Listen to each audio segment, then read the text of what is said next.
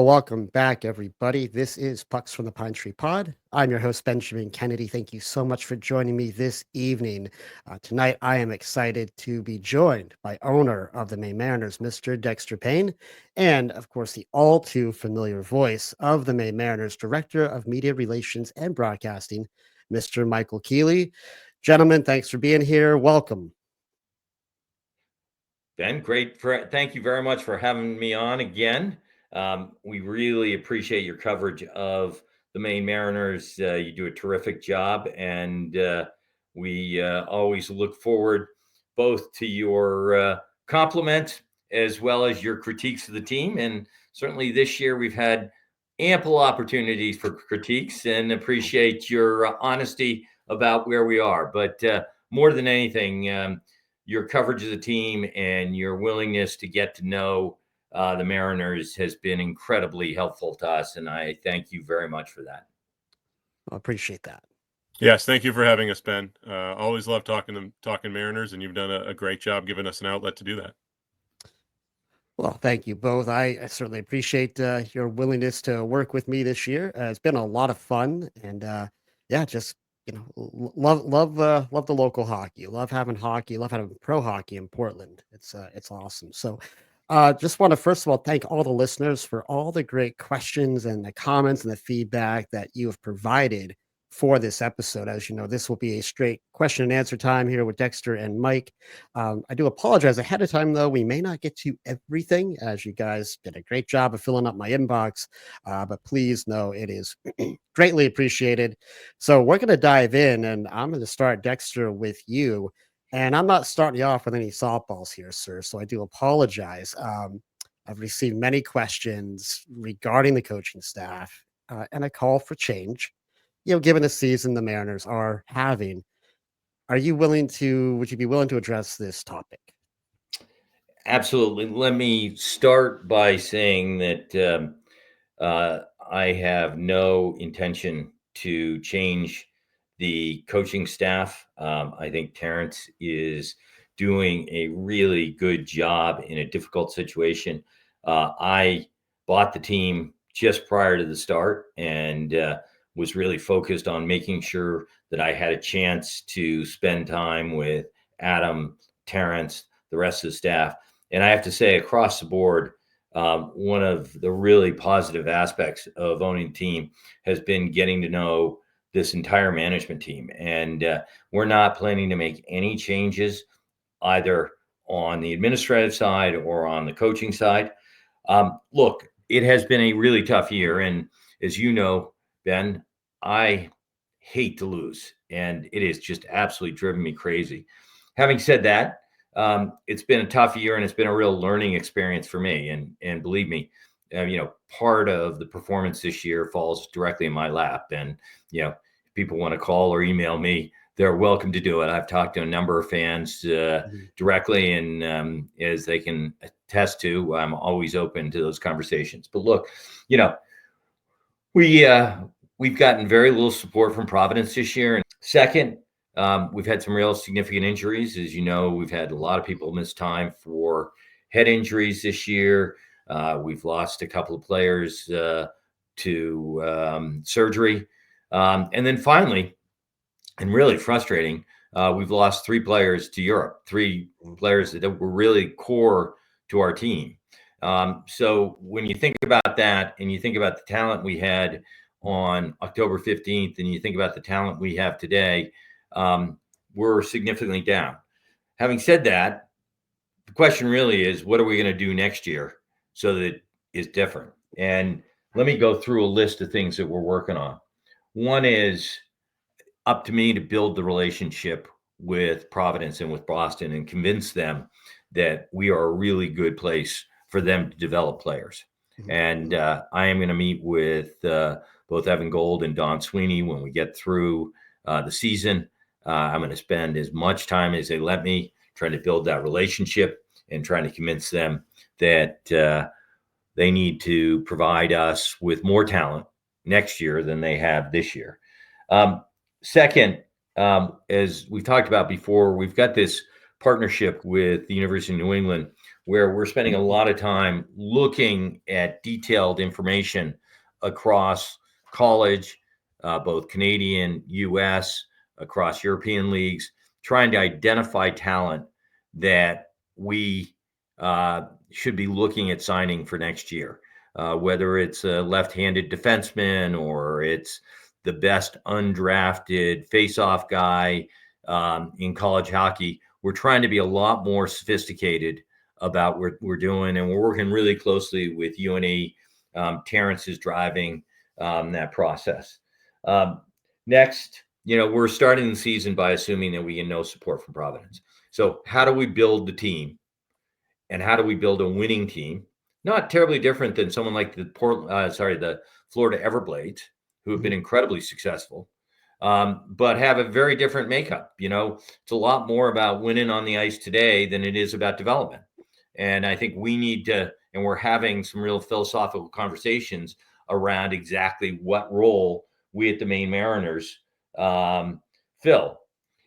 Next is we spent a lot of time talking to our players, and we need to improve our player housing. The number one thing when you talk to players, because of the salary cap, that distinguishes one city from another is player housing. And we need to do a much better job making sure we match our players' needs with our housing for next year. And that may cost us some money, but it's actually one of those things that's outside the salary cap and enables us to spend some more money on something that's important to our players. And then finally, we're trying to engage our existing team, particularly Willem, who's now become our captain, and a few of our real core players in recruiting for next year. There's nothing better where you have a salary cap than to have a player say, this is a great place to play, great coaching, great owner, great city, great housing. And we're making sure we line up our core group of players to help us with recruiting for next year. So, not making excuses. We've had a difficult year. We're not where we want to be, but we're really focused not only on improving ourselves as we go forward for the rest of the year, and there'll be more announcements here, but also looking at 25 and 26 and saying, how do we build a winning team in Maine for next year? Well, I appreciate that, Dexter. And I know you and I had an email conversation a while back talking about how years ago Portland was always that destination city for minor league hockey. Whether it be the old Mariners or the Portland Pirates.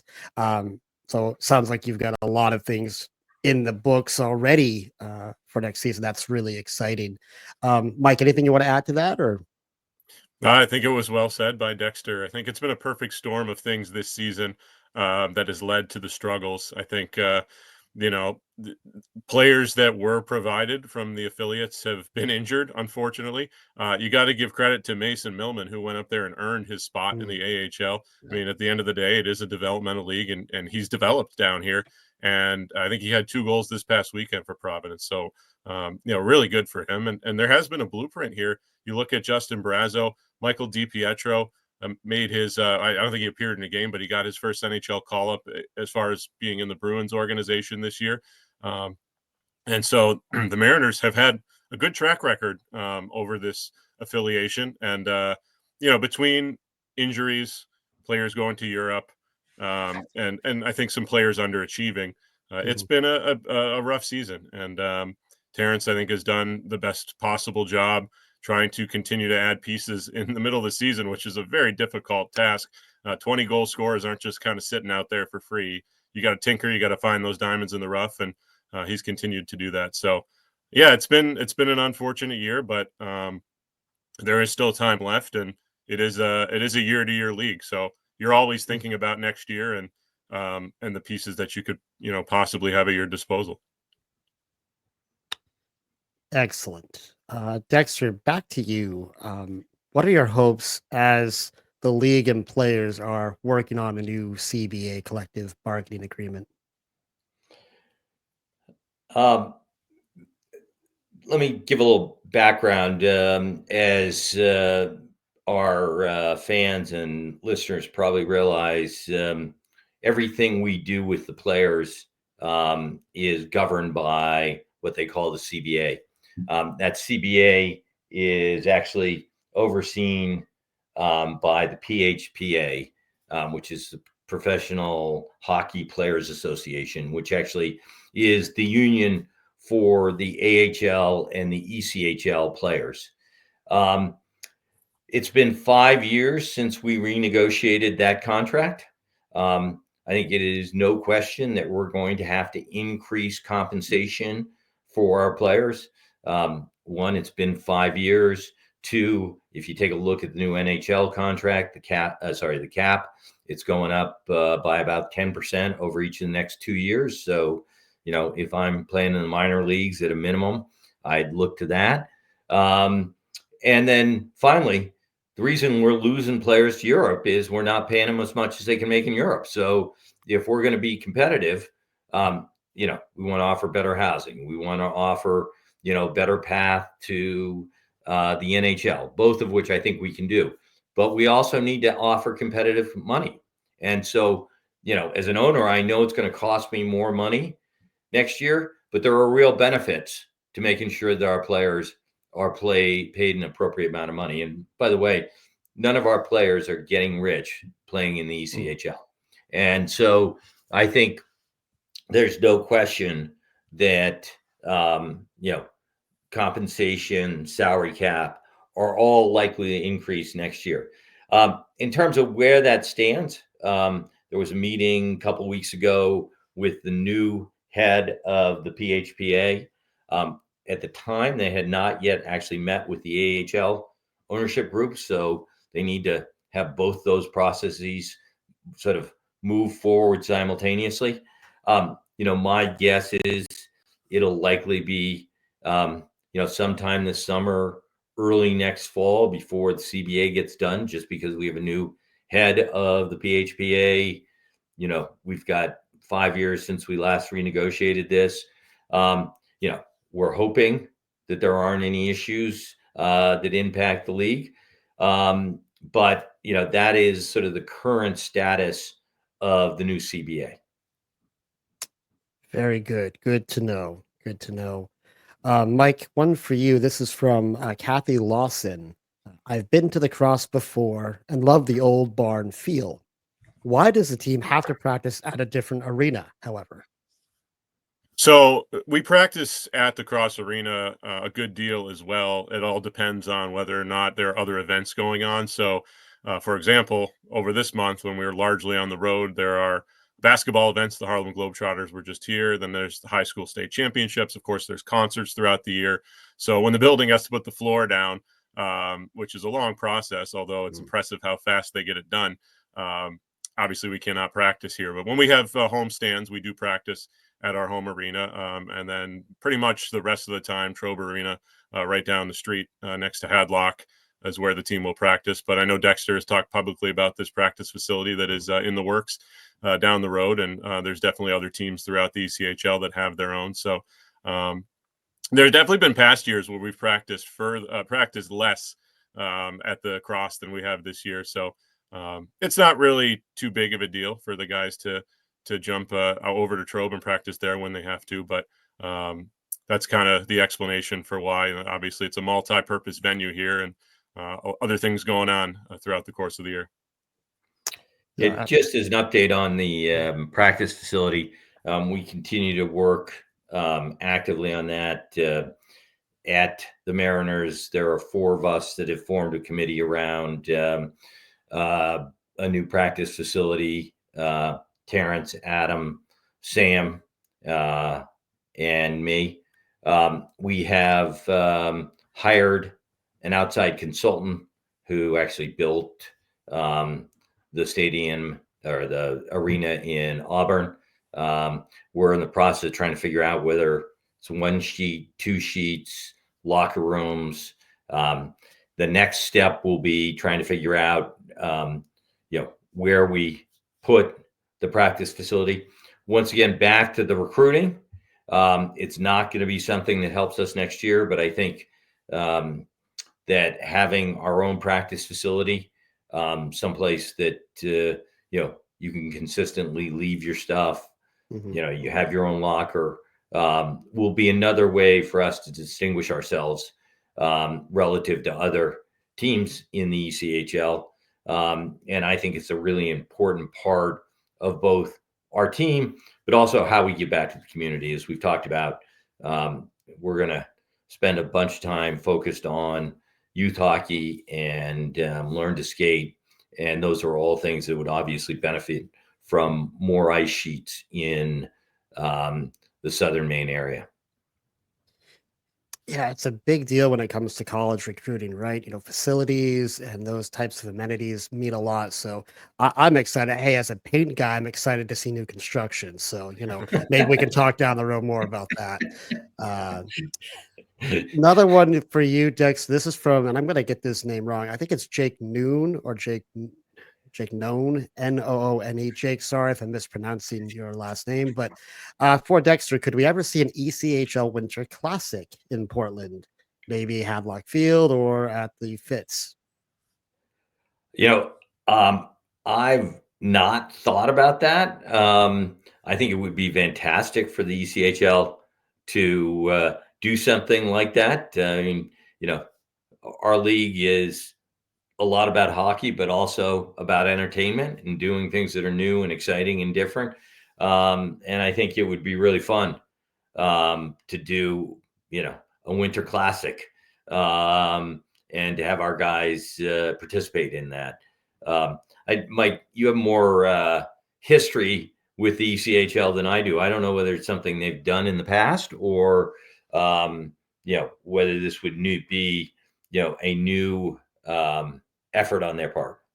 That's a great question. I don't actually know the answer offhand. I know that when there have been different outdoor events over the last few years, the venues have kind of used it for multiple levels of hockey, not just the Winter Classic games. So I know there's been AHL games and college games, and I'm not sure if the ECHL has gotten in on it, but I love the idea. I know that Terrence and I have joked about it, fantasized about it, I guess. Hmm. Hadlock Field would be a great place. I think the rivalry between the Mariners and the Railers would be perfect. I know they have a nice ballpark down there in Worcester as well. And personally, I've always wanted to call an outdoor game. So I would embrace that 100% on board. A great idea. And was it Jake? We really Yes. appreciate the insight and the ideas. And we will certainly take it as a to do for Mike and me in terms of our next ECHL meeting. Yeah, that would be a lot of fun. I think that'd be a hot ticket too. You'd sell that one out in a heartbeat. All right, Mike, for you, this is from Mark Troit. This is referencing, of course, the Rapid City trip that you did not make. You were, of course, at home, but how many cups of coffee did you have for a 2 a.m. game? And do you think a midnight game could actually work here in Maine? So first of all, for the context, yeah, I don't miss many games, but I was under the weather last week, and because we have a 7-game road trip this week, I didn't want to miss that as well. So I took it easy and I stayed back from the Rapid City trip. But I did broadcast remotely, which was an interesting experience. Certainly not preferable to being there in person. But I'm not actually a coffee guy, and it's funny. I thought Mm, about mm, should I bother with the caffeine at 2 a.m. because I wanted to be able to sleep when the game ended, and I mm, thought it was probably not the greatest idea to load up on caffeine at 2 in the morning. So what I did was I tried to I took a couple of really long walks during the day in an attempt to tire myself out to take a big nap in the late afternoon / early evening. But then I also wanted to watch the Four Nations game, which was at 8 o'clock. So I took a brief nap, not as long as I wanted, right after dinner. Got up to watch the Four Nations game. That ended. I was so fired up by the end of that game. It was such a great game. And then I realized it was still 3 hours until puck drop of our game. But it wasn't as bad as I thought. Our game, of course, started off with a goalie fight 2 minutes in, mm, and it was a very exciting game. Unfortunate result in the end, but I was able to power through. And more than anything, I was impressed by the Mariners fans that stayed up with me. We had over 20 listeners on Mixler. I haven't gotten the Flow Hockey viewership yet, but I was expecting the audience to be in the single digits at 2 a.m. on the East Coast. So pure dedication by the Mariners fans to stay up at that hour. And it's not something I would want to do again at 2 a.m. As far as would the Mariners do a midnight game, I think our great sales staff could probably sell it.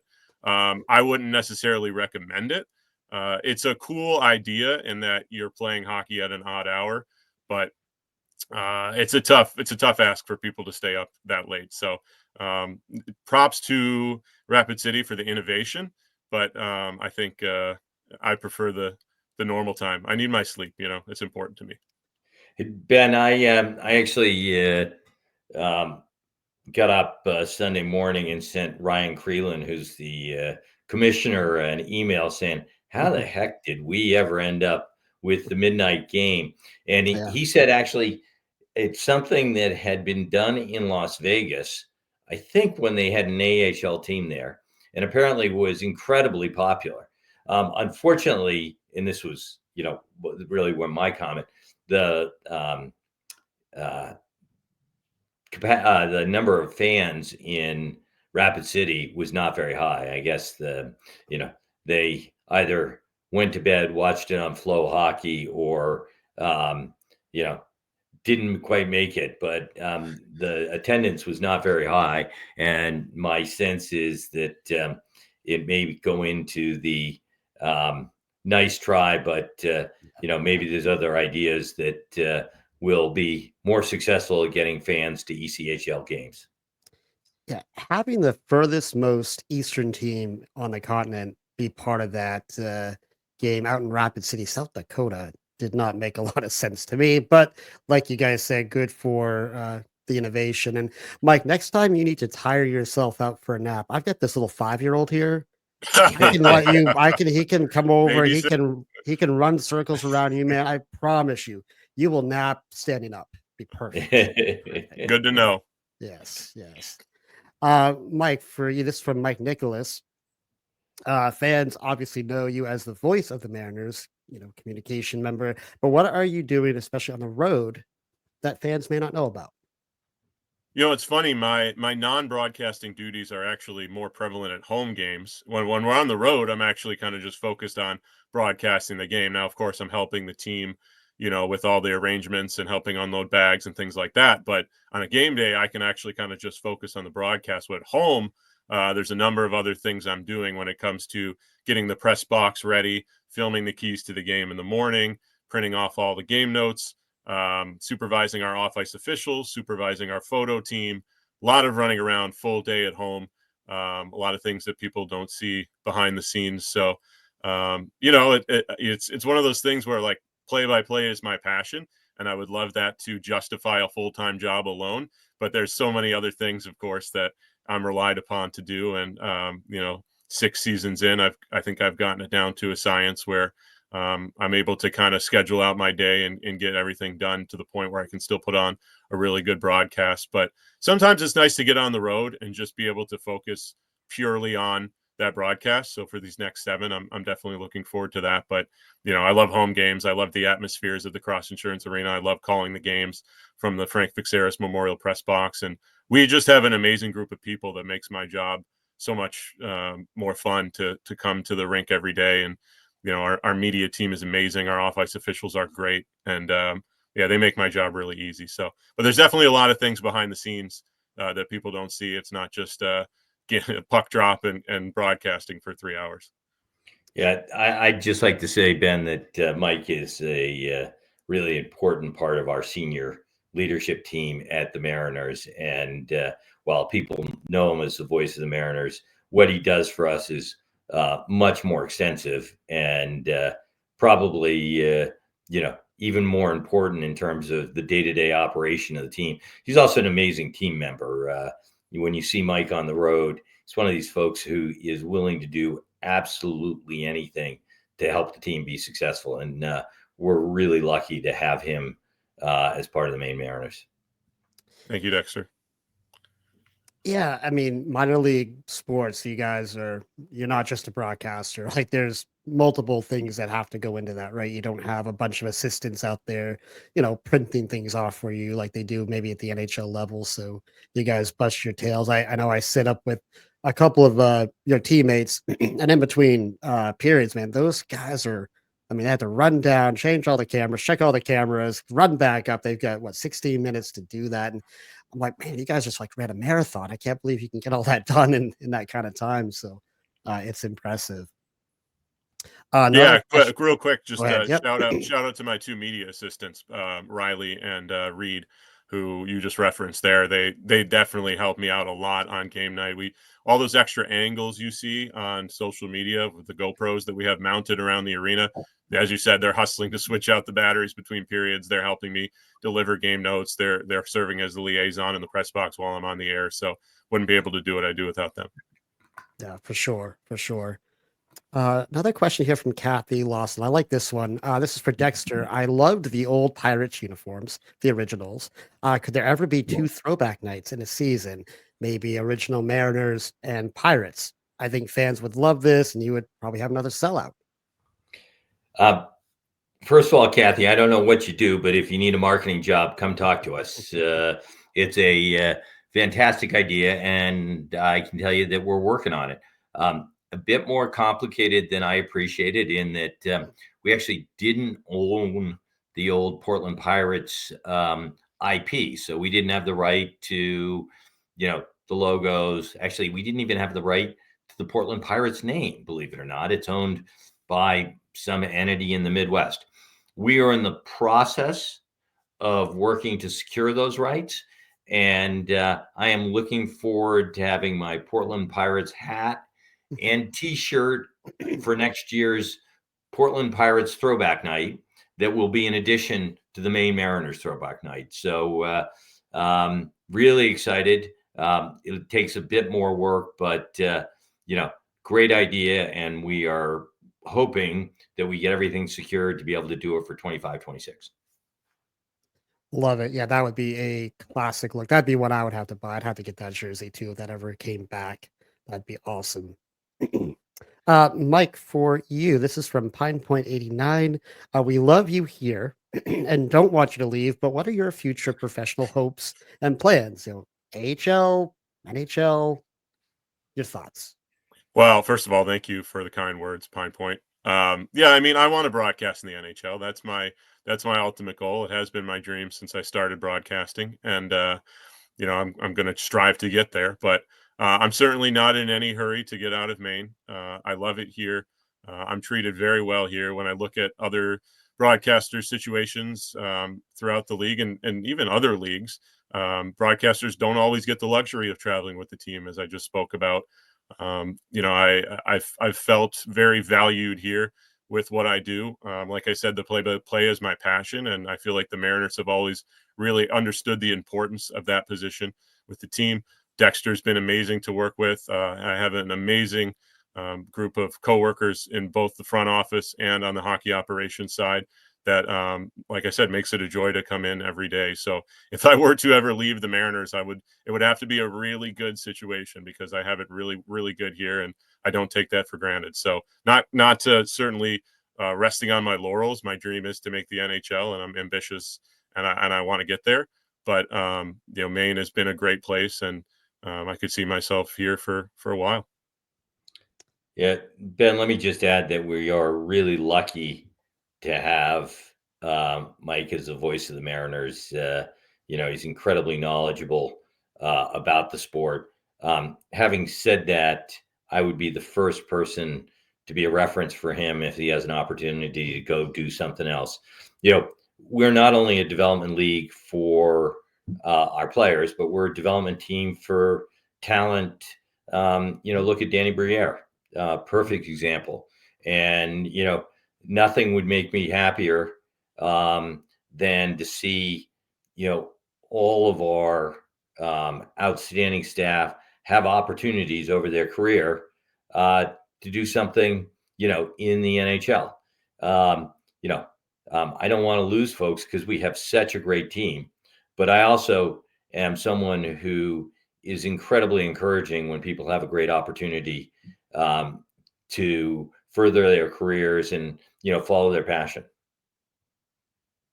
Excellent. Yeah, we definitely don't want to lose you, Mike, but of course, it also would be a lot of fun to hear you on an NHL call someday. I would love that.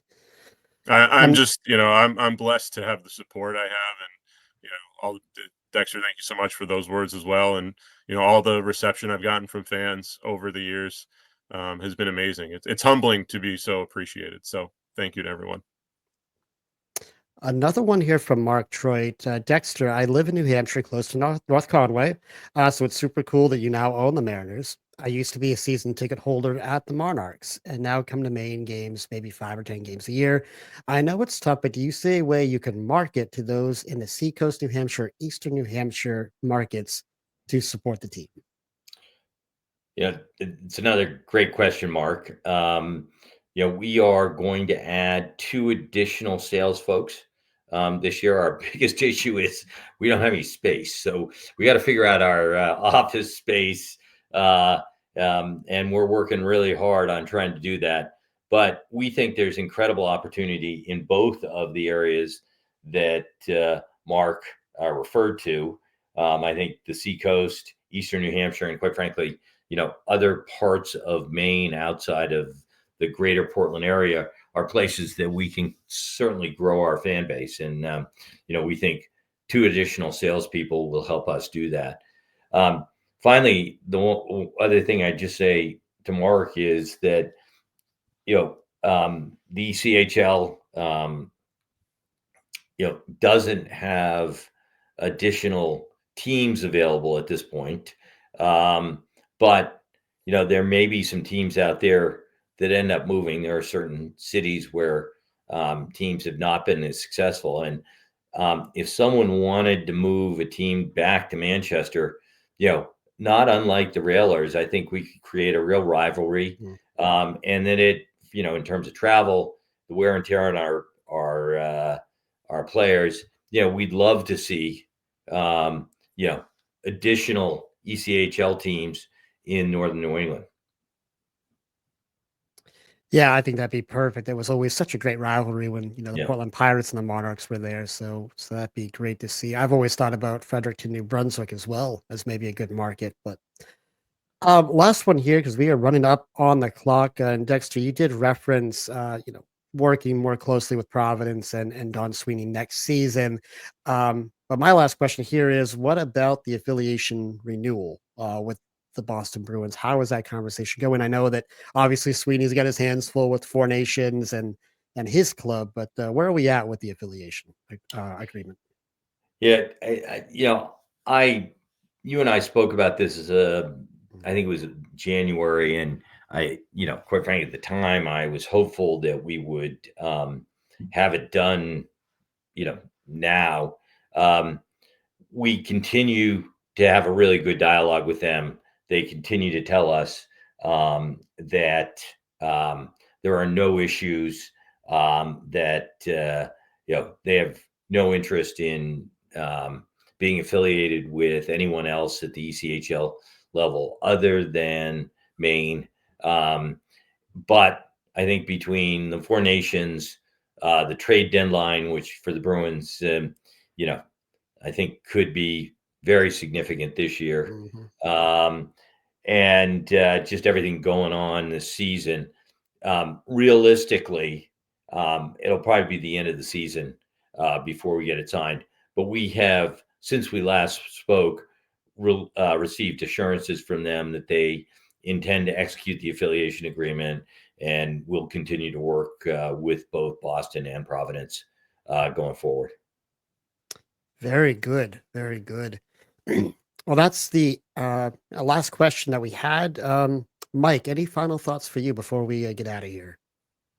No, I just want to once again thank everybody for their continued dedication throughout the season.